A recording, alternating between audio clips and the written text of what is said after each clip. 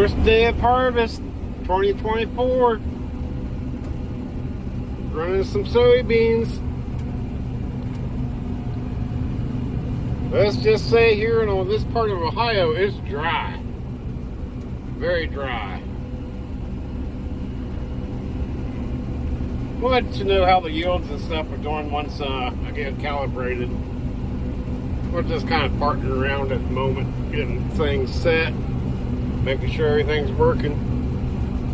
Have a good one all. Like and subscribe if you would. Later.